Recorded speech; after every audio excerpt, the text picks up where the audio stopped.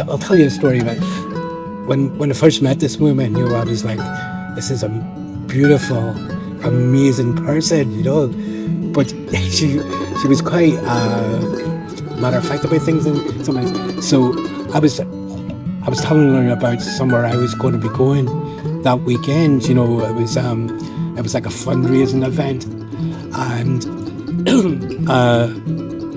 I just mentioned it. There was no way I was going to ask this beautiful woman out on a date. So, but I said, no, I'm going to be, this thing's happening. Tell your friends, blah blah blah. I ended up not going because I didn't think it was any kind of date. Couldn't be that lucky. And she had gone there to meet me, and I hadn't turned up. So on the Monday when we met up again, I went back to the women's hostel to carry on painting, and she turned up to take photographs, and she gave me such a hard time. And I didn't realize I had a chance with this fantastic woman. So I was like, oh my God, I've blown this. I've really blown this. I didn't even think I had a chance, but I've blown it without even. So she forgave me. So. Yeah, how did you get it back on track? Just, I just had to crawl and beg. And she said that I couldn't. She would allow me to come around her flat, and she was going to cook some Jamaican food, so I got an invite around her to eat Jamaican food, and it went from there. So we met through, she was taking photographs as usual in a women's hostel, and I was there decorating the hostel. At that time, Sandra was going to be moving out of where she lived. We'd only be seeing each other for a few months, and we were there for probably about a year, 18 months maybe, and then Tyler came along. We were a wee bit early. Yeah. You were 2 months? 2 months? Yeah, so if you were born in October, I think we were expected about November or something like that. You were tiny. I used to, in the incubator, you would lie on my hand like a little frog, your little legs kicking. It was funny because, Sandra, she was quite slim, and she didn't show, nobody realized she was pregnant. Obviously her and I knew, and close friends knew, but then all of a sudden she had this little baby. And she had to make you clothes because she couldn't get clothes to fit you. And she made you little hats and jackets. And we spent quite a long time in the incubator. I remember a pair of socks or booties. They were like Jamaican colours. Yeah. I think most of your clothes were like in those colours. Very colourful, yes. Yeah. The kitchen being used, or sometimes even the bathroom being used as a dark room, was a large part of my life growing up. It took me a few, maybe a year or so, to remember not to go through in the morning, because it should be up sharp on a weekend, and then I'll go through, and then right in the middle of her trying to develop a photograph. I remember getting a picture taken all the time, like all the time. It was a nothing to me. It was like, okay, take another picture, strike a pose. For me, it was just seeing her point and click. And occasionally she'd bring out like the light sensors and do a little test of things. But she got once she knew a location, she got it down and it was just like snapping away, and oh, okay. And it wasn't until later on in my teens when she tried to teach me a little bit that I realised how complicated, especially the light, all the learning how to do the lighting. I was just like, oh my God, no, give me an hour back. It's just the norm.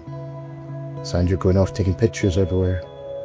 Remember, she used to drag you off with her, you know? She used to drag me off with her. But it was usually, she'd phone me up and say, I need to go to Dundee tomorrow. Pick me up at 9:30. Yeah. And you just had to do it, you know?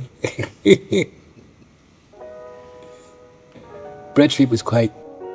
It's a weird one. It was like going back when I was a bit older. I remember the place being small, but then I go in and the place is empty, and I'm like, oh, it's a lot bigger than I remember. But then it was always full of stuff, a lot of stuff, and it was a 1-bedroom flat, so you know you could make use of the space. But at the same time, she had a lot of stuff. And, you know, there was some, she made stuff, but she would just keep it. She wouldn't give it away, or, you know, rarely give things away. Or she would make things for people's birthdays, and I remember getting candlesticks from her, which is... She did like there was an artistic style to even her shopping, going to Habitat or Paper Tiger, that kind of thing. And my gifts were usually something artistic or creative. So it'd be like art supplies, sketch pads. A jumble seal.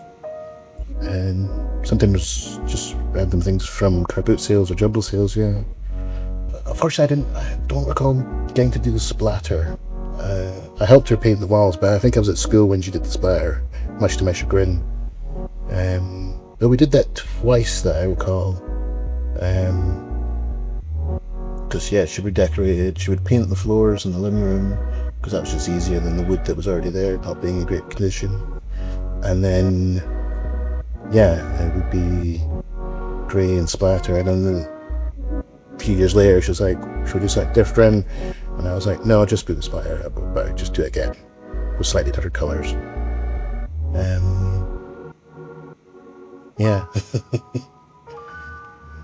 think she did a lot of work free for people. Oh, yeah. I remember telling her off.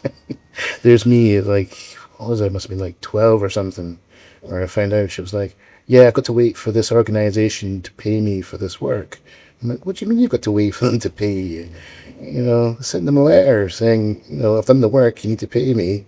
And also, you know, fine them for not paying you. You've got bills to pay. But she's like, no, they've got to wait for funding to come in to pay me for the work. But you've already done the work. Didn't quite understand how it worked. It made no sense to me at the time. Of course, this was around the time where I was like, I think it was around that time I was probably doing like car boot sales with you sometimes. Like, or the odd market stall type thing. Yeah. So it was me convinced I'm Mr. Business Move. He was selling car boots and stuff. But I think you know, if she thought a project was worth doing, she would do it for free. She, you know, at times, yeah. I guess it is. Well, it's very fitting, given Sandra's work and her background, that it's a community project that's archiving Sandra's work. It's like that couldn't come together as being more natural, and for me, it's been both amazing and overwhelming, because for a long time it was, you know, Sandra's work, but it was just the norm for me to see her taking pictures of things, and you never really had to think about the meaning or the purpose behind such things. So a lot of people say like having a picture is really good. Oh, okay. Perhaps this has more broader appeal than I might have thought initially, because as a record for projects, for used as proof for funding applications, what a lot of these pictures were used for. Beyond that, for them to be a work of art as well, it's quite amazing. she would be so happy, you know, knowing that her work was being used, and all these people getting involved and learning new skills. She'd be just so over the moon. But she definitely had the project aspect of it, definitely. Community, all that thing. Just that sort of things. Any attention or compliments might be a bit much for her. But having her work as a record of historical projects, evidence of the benefits of those projects, she would dead happy about that sort of things for sure. We were so lucky, that it wasn't lost. It could have been that close to being lost because we didn't really know what to do. No. She had recorded everything so well, and but we didn't know what to do with it. We had no idea. Of like digitizing it, but it wasn't until I brought it here it was like it's quite how much of it there was.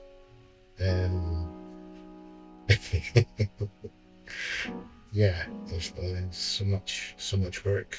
You have no idea, how good it feels, and it's like, from all that work, sitting in a shed in my garden, and it could still be there, it could still be there, and obviously it would deteriorate and would be lost.